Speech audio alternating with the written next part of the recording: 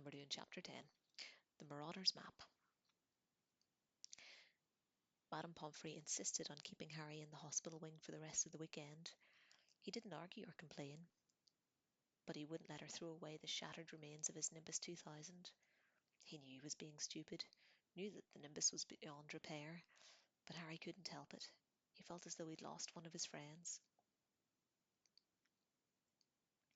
He had a stream of visitors, all intent on cheering him up.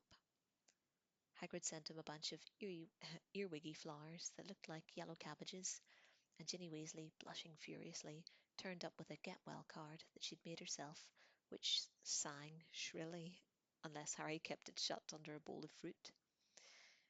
The Gryffindor team visited again on Sunday morning, this time accompanied by Wood, who told Harry in a hollow, dead sort of voice that he didn't blame him in the slightest. Ron and Hermione only left Harry's side at night, but nothing anyone said or did could make Harry feel any better, because they only knew half of what was troubling him. He hadn't told anyone about the Grim, not even Ron and Hermione, because he knew Ron would panic and Hermione would scoff. The fact remained, however, that it now appeared twice, and in both instances it had been followed by a near-fatal accident. The first time he'd nearly been run over by the night bus, and the second he'd fallen 50 feet from his broomstick. Was the Grim going to haunt him until he actually died? Was he going to spend the rest of his life looking over his shoulder for the beast? And then there were the Dementors. Harry felt sick and humiliated every time he thought of them. Everyone said the Dementors were horrible, but no one seemed to collapse every time they went near one. No one else heard echoes in their head of dying parents. For Harry, who knew what that screaming voice now belonged to, he had heard her words, heard them over and over again, during the night hours in the hospital wing while he lay awake, staring now at the strips of moonlight on the ceiling. When the Dementors approached him, he heard the last moments of his mother's life, her attempts to protect him. Harry, from Voldemort, and Voldemort's laughter before he murdered her. Harry dozed fitfully, sinking into dreams full of clammy, rotted hands, and petrified, pleading, jerking awake only to dwell again on the sound of his mother's voice. It was a relief to return on Monday to the noise and bustle of the main school, where he was forced to think about other things, and even if he had to endure Draco Malfoy's taunting. Malfoy was almost beside himself with glee at Gryffindor's defeat.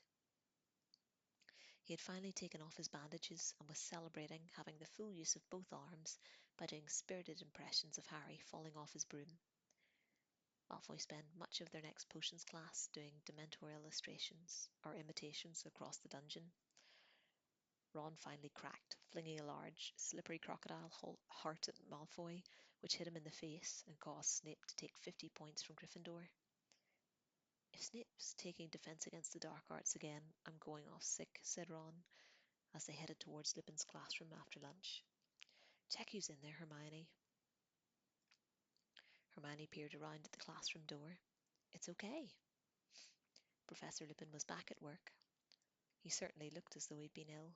His old robes were hanging more loosely on him, and he had dark shadows beneath his eyes. Nevertheless, he smiled as the class took their seats, and burst at once into an explosion of complaints about Snape's behaviour while Lupin had been ill. "It's not fair. He was only filling in. Why should he set us homework? We don't know anything about werewolves. 2 rolls of parchment." "Did you tell Professor Snape we haven't covered them yet?" Lupin asked, frowning slightly. The babble broke out again. "Yes, but he said we were really behind. He just wouldn't listen. 2 rolls of parchment." Professor Lupin smiled at the look of indignation on every face. "Don't worry, I'll speak to Professor Snape. You don't have to do the essay." "Oh no," said Hermione, looking very disappointed. "I've already finished it." They had a very enjoyable lesson. Professor Lupin had brought along a glass box containing a hinky-bunk, a little one-legged creature who seemed as though he was made of wisps of smoke, rather frail and harmless looking. "Lures travellers into bogs," said Professor Lupin, as they took notes. "You'll notice the lantern dangling from his hand. Hops ahead. People followed the light, and then the hinky puck made a horrible squelching noise against the glass. When the bell rang, everyone gathered up their things and headed for the door, Harry amongst them, but "Wait a minute, Harry," Lupin called. "I'd like a word." Harry doubled back and watched Professor Lupin covering the hinky puck's box with a cloth. "I heard about the match," said Lupin, turning back to his desk and staring at a pile of books on his briefcase. "And I'm sorry about your broomstick. Is there any chance of fixing it?" "No," said Harry. "The tree smashed it to bits." Lupin sighed. "They planted the whomping willow the same year that I arrived at Hogwarts. Everyone used to play a game, trying to get near enough to touch the trunk. In the end, a boy called Davy Gungeon nearly lost an eye, and we were forbidden to go near it. No broomstick would have had a chance." "Did you hear about the Dementors too?" said Harry with difficulty. Lupin looked at him quickly. "Yes, I did. I don't think any of us have ever seen Professor Dumbledore that angry. They'd been growing restless for some time, furious at his refusal to let them inside the grounds. I suppose they were the reason you fell?" "Yes," said Harry. He realised then the question he had to ask before he stopped himself. "Why? Why do they affect me like that? Am I just—" "It has nothing to do with weakness," said Professor Lupin sharply, as though he'd read Harry's mind. "The Dementors affect you worse than others because there are horrors in your past that others don't have." A ray of wintry sunlight fell across the classroom, illuminating Lupin's grey hairs and the lines on his young face. "Dementors are among the foulest creatures that walk this earth. They infest the darkest, filthiest places. They glory in decay and despair. They drain peace, hope, and happiness out of the air around them. Even muggles feel their presence, although they can't see them. Get too near a Dementor, and every good feeling, every happy memory will be sucked out of you. If you can, if it can, the Dementor will feed on you long enough to reduce you to something like itself, soulless and evil. You'll be left with nothing but the worst experiences of your life. And the worst that has happened to you, Harry, is enough to make anyone fall off their broom. You've nothing to feel ashamed of." "When they get near me," Harry stared at Lupin's desk. His throat was tight. "I hear Voldemort murdering my mum." Lupin made a sudden motion with his arm, as though he had made to grip Harry's shoulder, but thought better of it. There was a moment's silence. Then, "Why did they have to come to the match?" Harry said bitterly. "They're getting hungry," said Lupin coldly, shutting his briefcase with a snap. "Dumbledore won't let them into the school, so their supply of human prey has dried up. I don't think they could resist a large crowd around the Quidditch pitch. All that excitement, emotions running high. It was their idea of a feast." "Azkaban must be terrible," Harry muttered. Lupin nodded grimly. "The fortress is set on a tiny island, way out to sea, but they don't need walls and water to keep the prisoners in, not when they're all trapped inside their own heads, incapable of a single cheerful thought. Most go mad within weeks." "But Sirius Black escaped from them," Harry said slowly. "He got away." Lupin's briefcase slipped from his desk. He had to stoop to catch it. "Yes," he said, straightening up. "Black must have found a way to fight them. I wouldn't have believed it possible. Dementors are supposed to train a wizard of his powers if he is left with them for too long." "You made that Dementor in the train back off," said Harry, suddenly. "There are certain defences one can use," said Lupin, "but there was only one Dementor on the train. The more there are, the more difficult it becomes to resist." "What defences?" said Harry at once. "Can you teach me?" "I don't pretend to be an expert at fighting Dementors, Harry. Quite the contrary. But if the Dementors come to another Quidditch match, I need to be able to fight them." Lupin looked into Harry's determined face, hesitated, and then said, "Well, all right, I'll try and help, but you'll have to wait till next term, I'm afraid. I've a lot to do before the holidays. I chose a very inconvenient time to fall ill."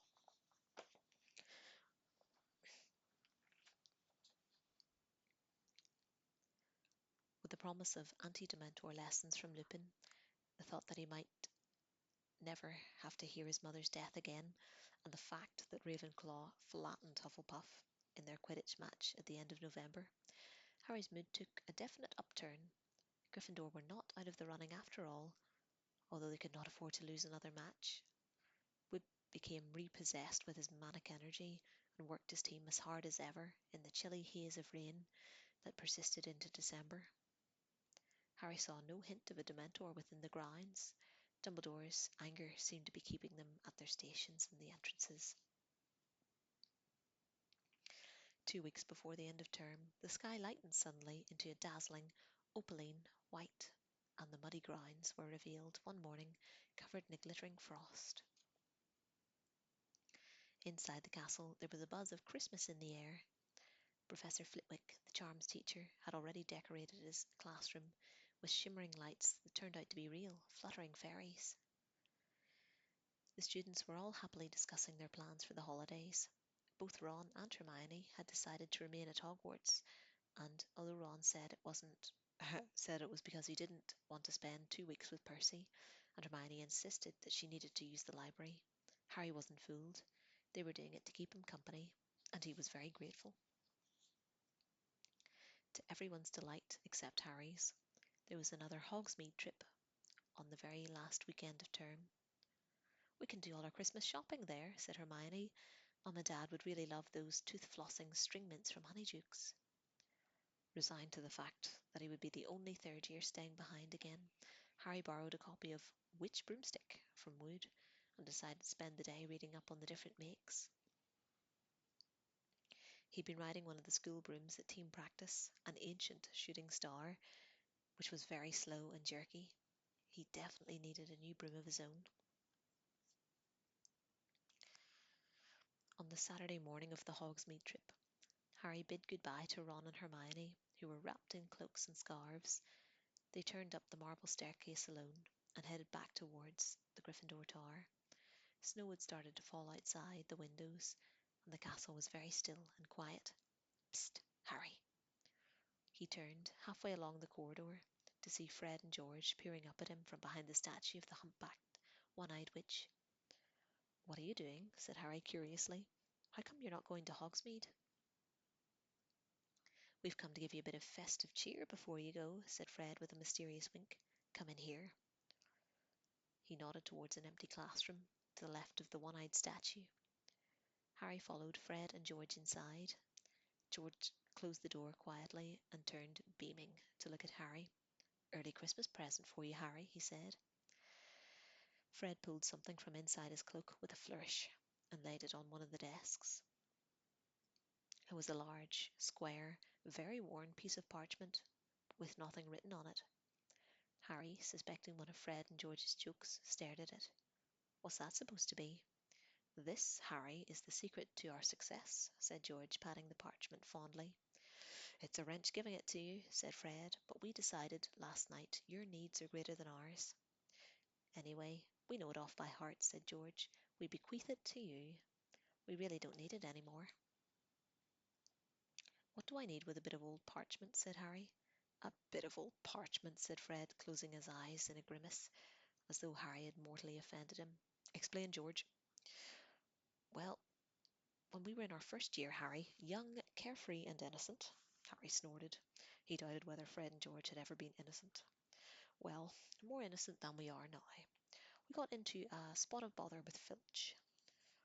We let a dung bomb off in the corridor, and it upset him for some reason. So he hauled us off to his office and started threatening us with the usual detention, disembowelment, and we couldn't help but notice a drawer in one of the filing cabinets marked confiscated and highly dangerous." "Don't tell me," said Harry, starting to grin. "Well, what would you have done?" said Fred. "George caused a diversion by dropping another dung bomb, and I whipped the drawer open and grabbed this." "It's not as bad as it sounds, you know," said George. "We don't reckon Filch ever found out how to work it. He probably suspected what it was, or he wouldn't have confiscated it." "And how do you work it?" "Oh yes," said Fred, smirking. "This beauty's taught us more than all the teachers in this school." "You're winding me up," said Harry, looking at the ragged old bit of parchment. Oh, are we? Said George. He took out his wand and touched the parchment lightly and said, I solemnly swear that I am up to no good. At once, thin ink lines began to spread like a spider's web from the point that George's wand had touched. They joined each other, crisscrossed, and fanned into every corner of the parchment, and then the words began to blossom across the top, great curly green words that proclaimed, Messrs. Mooney, Wormtail, Padfoot, and Prongs, purveyors of aids to magical mischief makers, are proud to present the Marauder's Map. It was a map showing every detail of the Hogwarts castle and grounds, but the truly remarkable thing was the tiny ink dots moving around it, each labelled with a name in minuscule writing. Astounded, Harry bent over it. A labelled dot on the left corner showed that Professor Dumbledore was pacing in his study. The caretaker's cat, Mrs. Norris, was prowling the second floor, and Peeves the poltergeist was currently bouncing around the trophy room. As Harry's eyes travelled up and down the familiar corridors, he noticed something else. This map shows a set of passages that he had never entered, and many of them seemed to lead right to Hogsmeade, said Fred, tracing one of them with his finger. There are 7 in all. Now Filch knows about these 4, he pointed them out, but we're sure we're the only ones who know about these. Don't bother with the one behind the mirror on the 4th floor. We used it until last winter, but it's caved in, completely blocked. We don't reckon anyone's used this one because the Whomping Willow's planted right over the entrance. But this one here, this leads right to the cellar of Honeydukes. We've used it loads of times. And, as you might have noticed, the entrance is right in front of this room, through that one-eyed crone's hump. Mooney, Wormtail, Padfoot, and Prongs, sighed George, patting the heading of the map. We owe them so much. Noble men, working tirelessly to help a new generation of lawbreakers, said Fred solemnly. Right, said George briskly. Don't forget to wipe it after you've used it, or anyone can read it, said Fred warningly.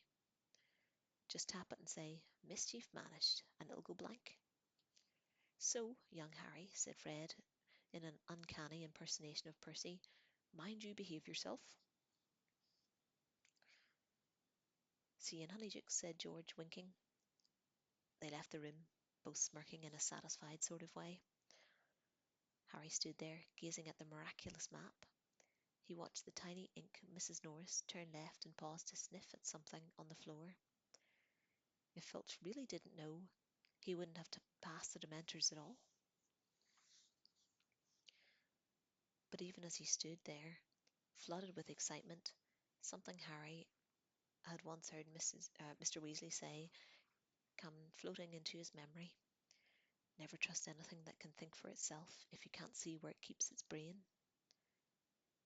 This map was one of those dangerous magical objects Mr. Weasley had been warning against. Aids to magical mischief makers.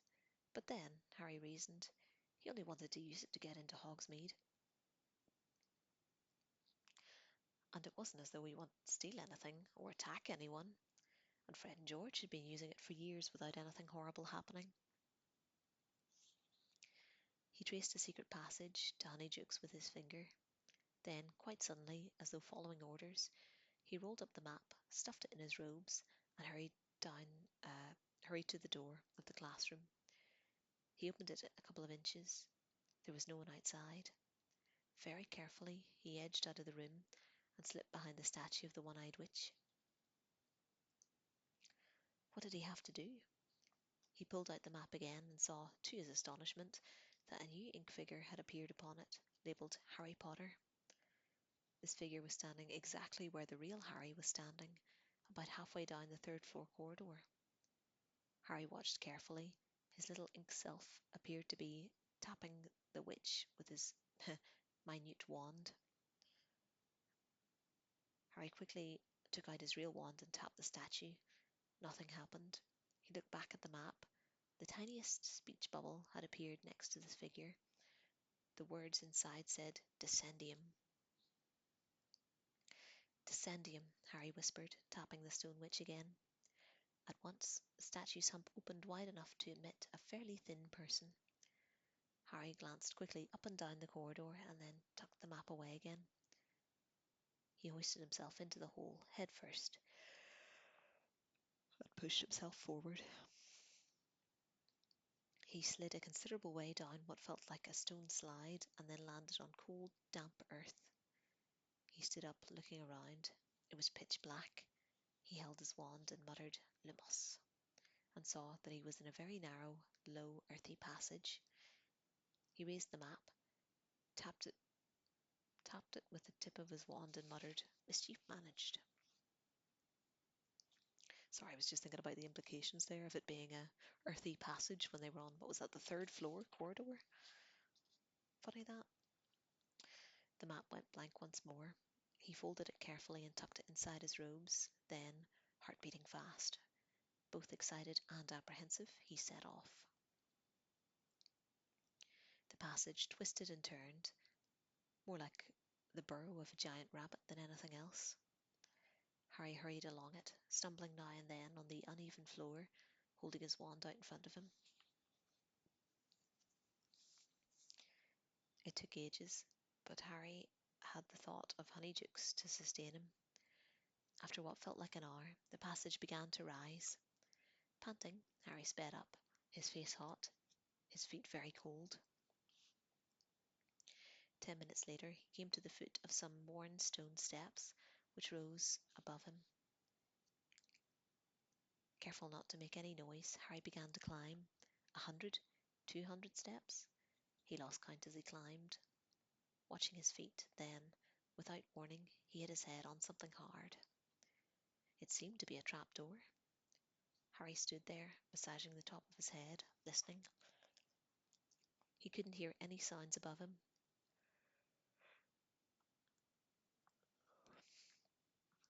Very slowly, he pushed the trapdoor open and peered over the edge. He was in a cellar. It was full of wooden crates and boxes. Harry climbed out of the trapdoor and replaced it. It blended so perfectly in with the dusty floor that it was impossible to tell it was there. Harry crept slowly towards the wooden staircase that led upwards. Now he could definitely hear voices, not to mention the tinkle of a bell and the opening and shutting of a door. Wondering what he ought to do, he suddenly heard a door open much closer at hand. Someone was about to come downstairs. "And get another box of jelly slugs, dear. They're nearly cleaned out up here," said a woman's voice. A pair of feet were coming down the staircase. Harry leapt behind an enormous crate and waited for the footsteps to pass. He heard a man shifting boxes against the opposite wall. He might not get another chance. Quickly and silently, Harry dodged out from his hiding place and climbed the stairs. Looking back, he saw an enormous backside and a shiny bald head buried in a box. Harry reached the door at the top of the stairs, slipped through it, and found himself behind the counter of Honeydukes. He ducked, crept sideways, then straightened up. Hogwarts was so crowded with Hogwarts students, Honeydukes was so crowded with Hogwarts students, that no one looked twice at Harry. He edged amongst them, looking around, and suppressed a laugh as he imagined the look that would spread over Dudley's piggy face if he could see where Harry was now. There were shelves upon shelves of the most succulent-looking sweets imaginable, creamy chunks of nugget, shimmering pink squares of coconut ice, fat, honey-coloured toffees, hundreds of different kinds of chocolates in neat rows, and there were large barrels of every flavour beans, and another of fizzing whizbees. The levitating sherbet balls that Ron had mentioned, along with other, with yet another wall where special effects sweets, Drooble's best blowing gum, which filled the room with colourful coloured bubbles that refused to pop for days, the strange, splintery tooth-flossing string mitts, tiny black pepper imps, breathe fire for your friends, ice mice, hear your teeth chatter and squeak, peppermint creams shaped like toads, hop realistically in your stomach, fragile sugar-spun quills and exploding bonbons. Harry squeezed himself through a crowd of 6 years and saw a sign hanging in the furthest corner of the shop. Unusual tastes. Ron and Hermione were standing underneath it, examining a tray of blood-flavoured lollipops. Harry sneaked up behind him. Ugh, no, Harry won't want one of these. They're for vampires, I expect, Hermione was saying. How about these? Said Ron, shoving a jar of cockroach cluster under Hermione's nose. Definitely not, said Harry. Ron nearly dropped the jar. Harry, squealed Hermione, what are you doing here? How did you... Whoa, said Ron, looking impressed. You've learned how to apparate. Of course I haven't, said Harry. He dropped his voice so that none of the sixth years could hear him, as he told them all about the Marauders' map. How come Fred and George never gave it to me? Said Ron, outraged. I'm their brother. But Harry isn't going to keep it, said Hermione, as though the idea was ludicrous. He's going to hand it in to Professor McGonagall, aren't you, Harry? No, I'm not, said Harry. Are you mad? Said Ron, gogging at Hermione. Hand in something that good? If I hand it in, I'll have to say where I got it. Filch would know that Fred and George nicked it. And what about Sirius Black? Hermione hissed. He could be using one of the passages on that map to get into the castle. The teachers have to know. He can't be getting in through a passage, said Harriet quickly. There's 7 secret tunnels on the map, right? Fred and George reckon Filch know about 4 of them, and the other 3, one of them's caved in, so no one can get through it. And one of them's got the Whomping Willow planted over the entrance, so you can't get in or out of it. And the only one I came through, well, it's really hard to see the entrance from down in the cellar, so unless he knew it was there.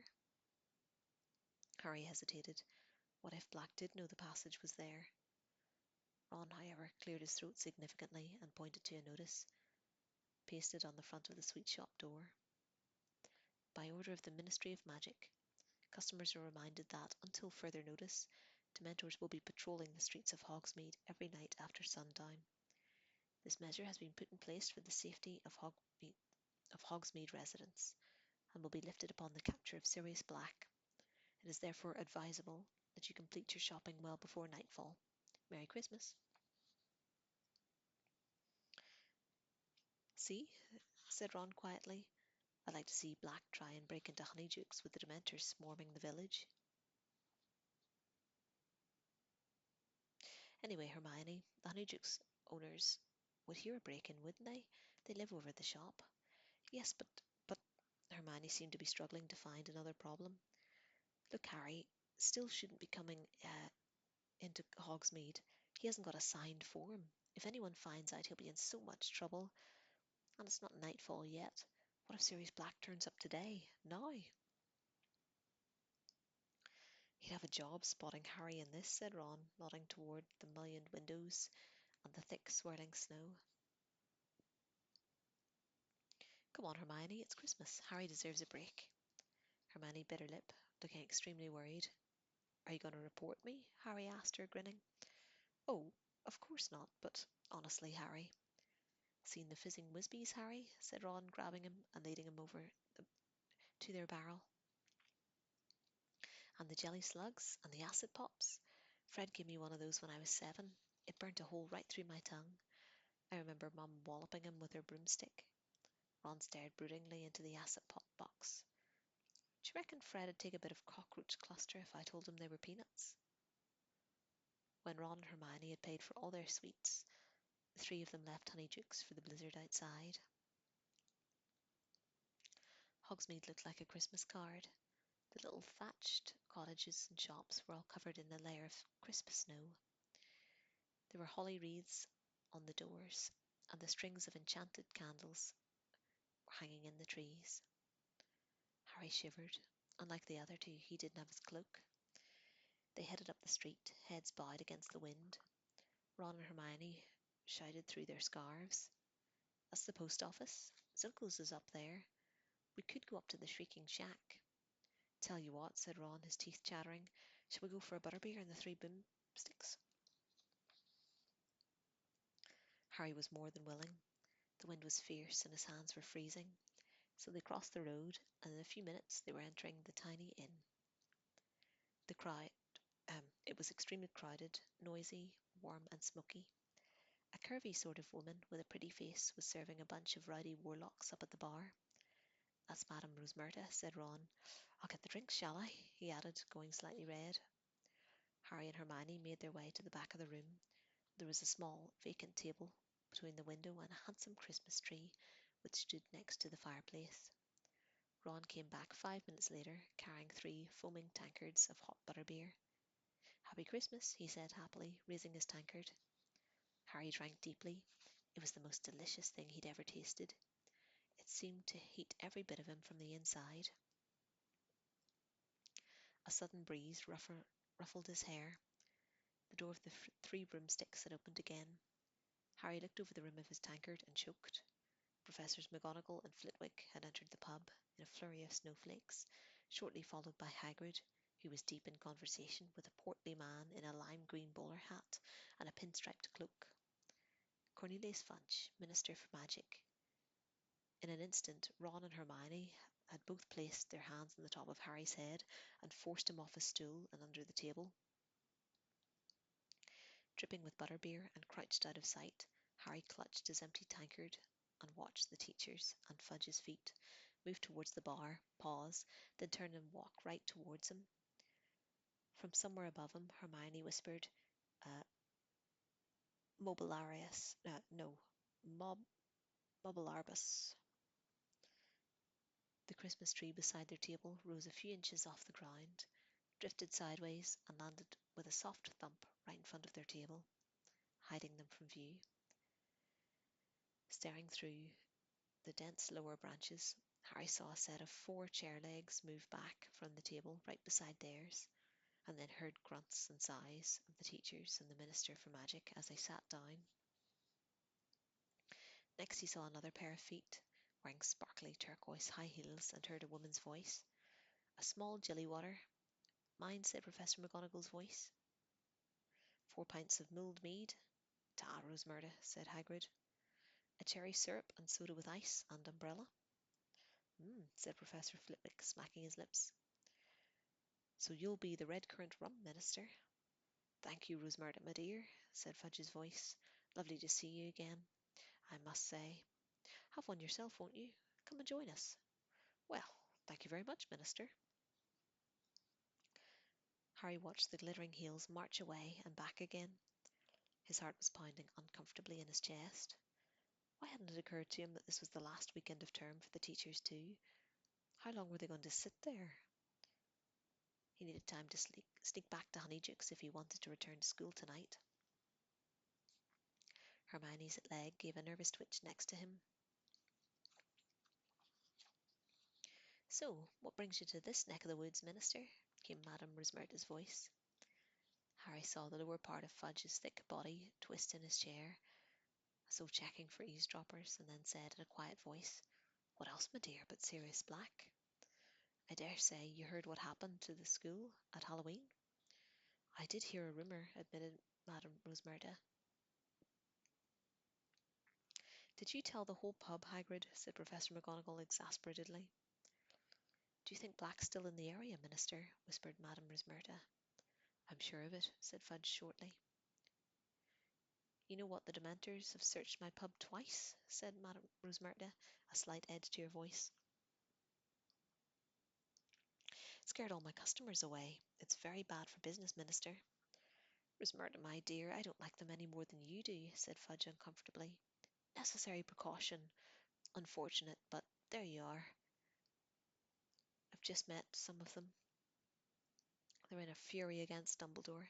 He won't let them on the castle grounds. I should think not, said Professor McGonagall sharply. How are we supposed to teach with those horrors floating around?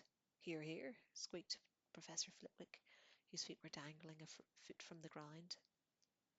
All the same, demurred Fudge, they are here to protect you all from something much worse.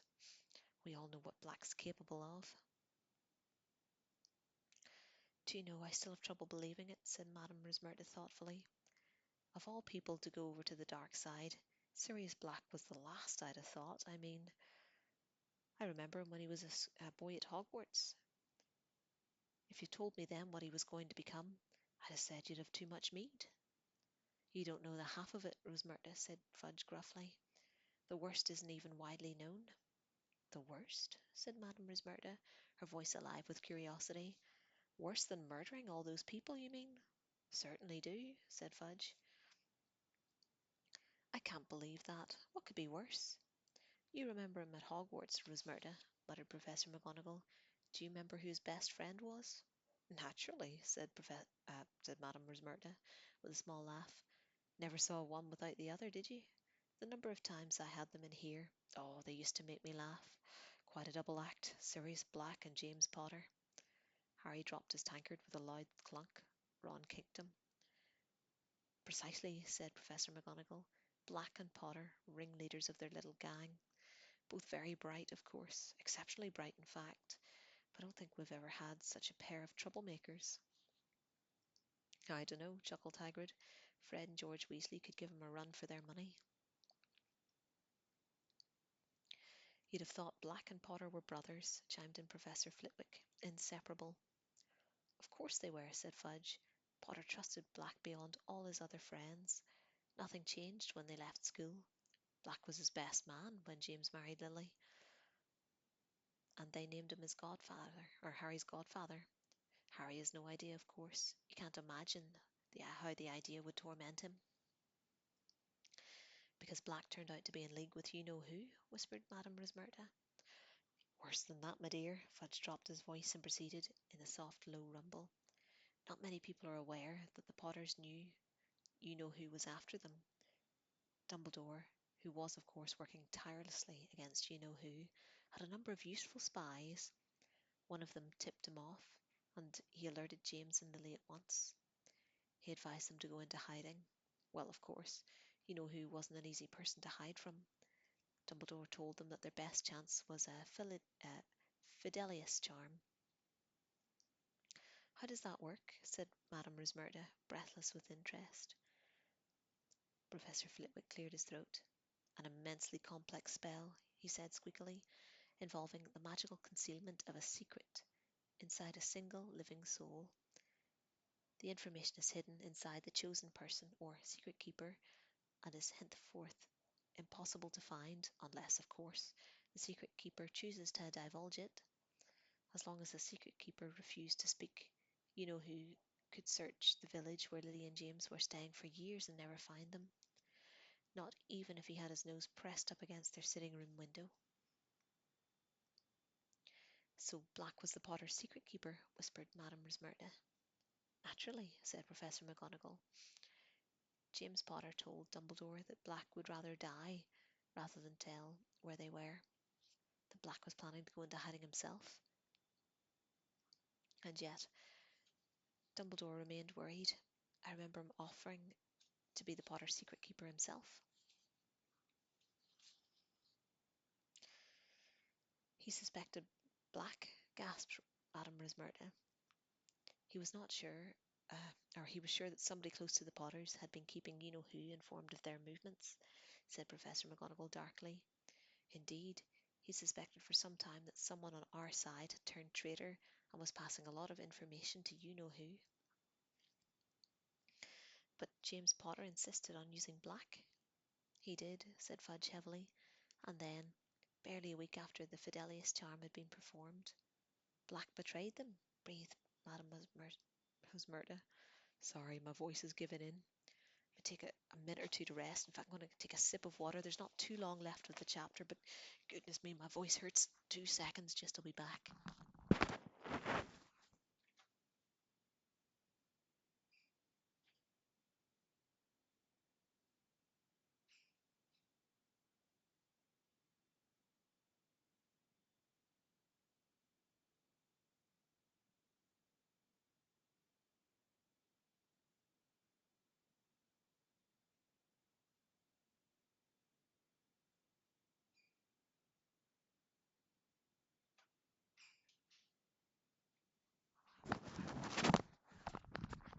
Oh, sorry about that. I'm back now.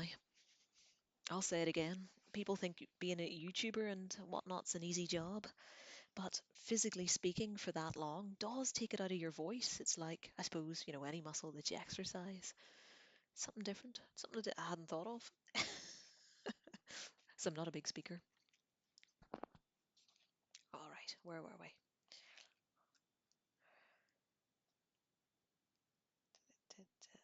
Uh, he did indeed. Black was tired of his double agent role.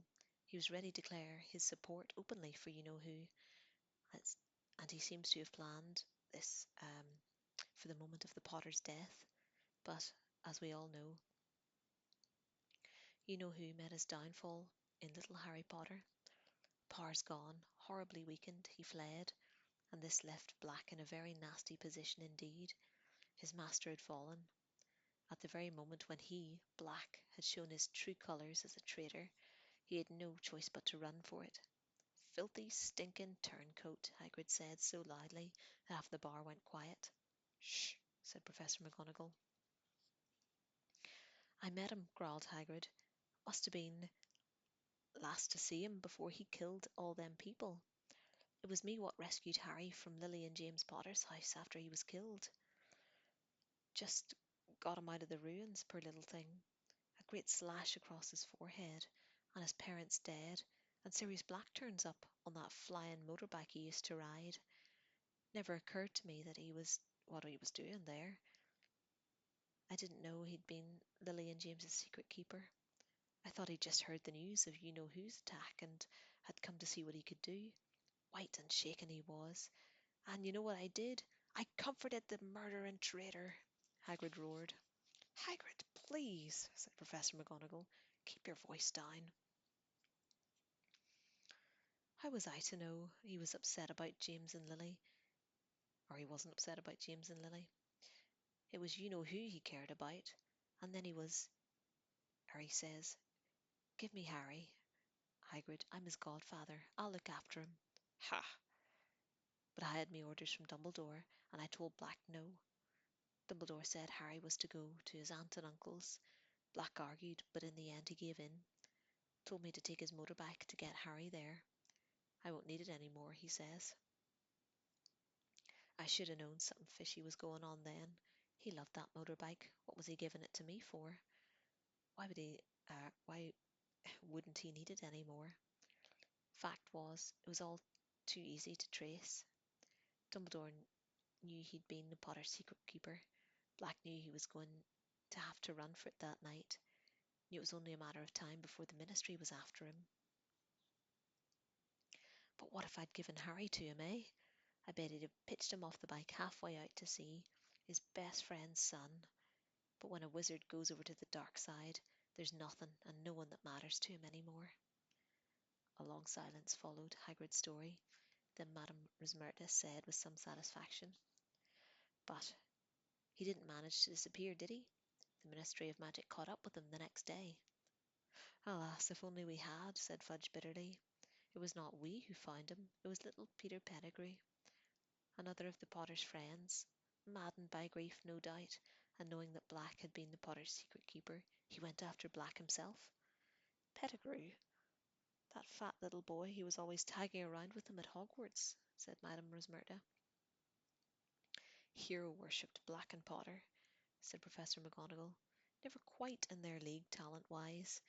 I was often rather sharp with him. You can imagine how I regret that now. She sounded as though she'd had a sudden head cold. There now, Minerva, said Fudge kindly. Pettigrew died a hero's death. Eyewitnesses, muggles of course, we wiped their memories later, told us how Pettigrew confronted Black. They say he was sobbing. Lily and James Sirius, how could you? And then he went for his wand. Well, of course, Black was quicker, blew Pettigrew to smithereens. Professor McGonagall blew her nose and said thickly, Stupid boy, foolish boy. He was always hopeless at duelling. Should have left it to the Ministry. I tell you, if I'd got to Black before little Pettigrew did, I wouldn't have messed around with wands. I'd have ripped him limb from limb, Hagrid growled. You don't know what you're talking about, Hagrid, said Fudge sharply. Nobody but trained hit wizards from Magical Law Enforcement Squad could have stood a chance against Black once he was cornered. I was a junior minister in the Department of Magical Catastrophes at the time. and I was one of the first on the scene after Black had murdered all those people. I, I'll never forget about it. I dream about it sometimes. The crater in the middle of the street, so deep it had cracked a sewer pipe below, bodies everywhere, muggles screaming, and Black standing there, laughing, with what was left of Peter Pettigrew in front of him, a heap of blood-stained robes and a few fragments. Fudge's voice stopped abruptly. There's the sound of 5 noses being blown. Well, there you have it, Rosemerta, said Fudge thickly. Black was taken away by the 20 members of the Magical Law Enforcement Patrol, and Pettigrew received the Order of Merlin First Class, which I think was some comfort to his poor mother. Black's been in Azkaban ever since. Madame Rosemerta let out a long sigh. Is it true he's mad, Minister? I wish I could say he was, said Fudge slowly. I certainly believe his master's defeat unhinged him for a while. The murder of Pettigrew and all those muggles was the action of a cornered and desperate man, cruel, pointless. Yet I met Black on my first inspection of Azkaban. You know, most of the prisoners in there sit muttering to themselves in the dark. There's no sense still in them. But I was shocked how normal Black seemed. He spoke quite rationally to me. It was unnerving. You'd have thought he was merely bored. Asked if I'd finished with my newspaper. Cool as you please. Said he missed doing the crossword. Yes, I was astounded as, as to how little effect the Dementors seemed to be having on him. And he was in one of the most heavily guarded in the place. You know, Dementors outside his door, day and night. But what do you think he's broken out to do? Said Madame Rosemerta. Good gracious, Minister, he isn't trying to rejoin you know who, is he? I dare say that he is, and that is his eventual plan, said Fudge evasively. We hope to catch Black along before that, though. I must say, you know who is, um, you know who alone and friendless is one thing, but give him back his most devoted servant, and I shudder to think of how quickly he'll rise again. There was a small clink of glass on wood. Someone had set down their glass. You know, Cornelius, if you're dealing with the headmaster, we'd better head up back to the castle, said Professor McGonagall. One by one, the pairs of feet in front of Harry took the weight of their owners once more. Hems of cloaks swung into sight, and Madame Rosemerta's glittering heels disappeared behind the bar.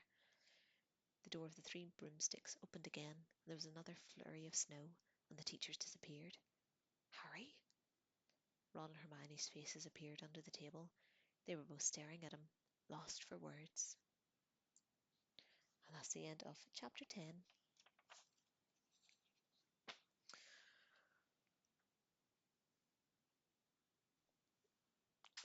like how the book did it, rather than how they did it in the movie. You know, have him under the invisibility cloak. It was, I don't know, it's a chiller scene, isn't it? Harry hidden under the table between the Christmas tree, with the Christmas tree in between. Having Ron and Hermione listening in too. Convenient, so he won't have to, tell them later. Having them all discuss it.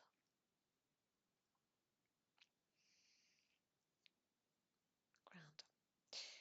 Right. What's Big Boy doing? Hasn't moved, has he?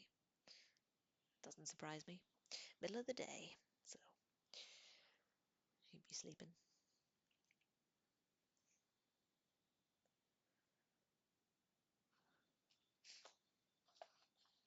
The thumbnails for these videos, by the way, with the same book that I have, that original 1999 one. I like it.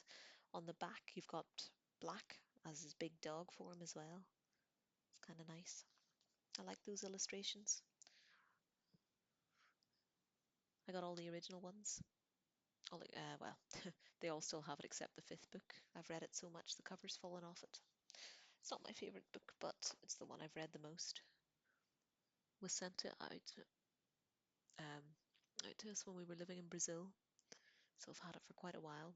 I used to read it over and over again. Well, some chapters more than others. Kept skipping the Joe and Harry go on a date chapter. Oh man, that's a bit of a cringy chapter, isn't it? But some of the ones I really liked. I liked the scene where he's, you know, given his witness testimony about the Dementors that attacked him, and I never understood the ending. I read it a lot of times, but I don't think I knew what a daze was back then.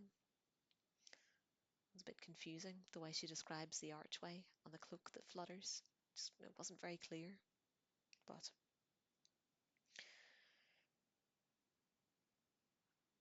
the movie did a. There's one thing about the movie; they do a better job at it. I've got a bit of a.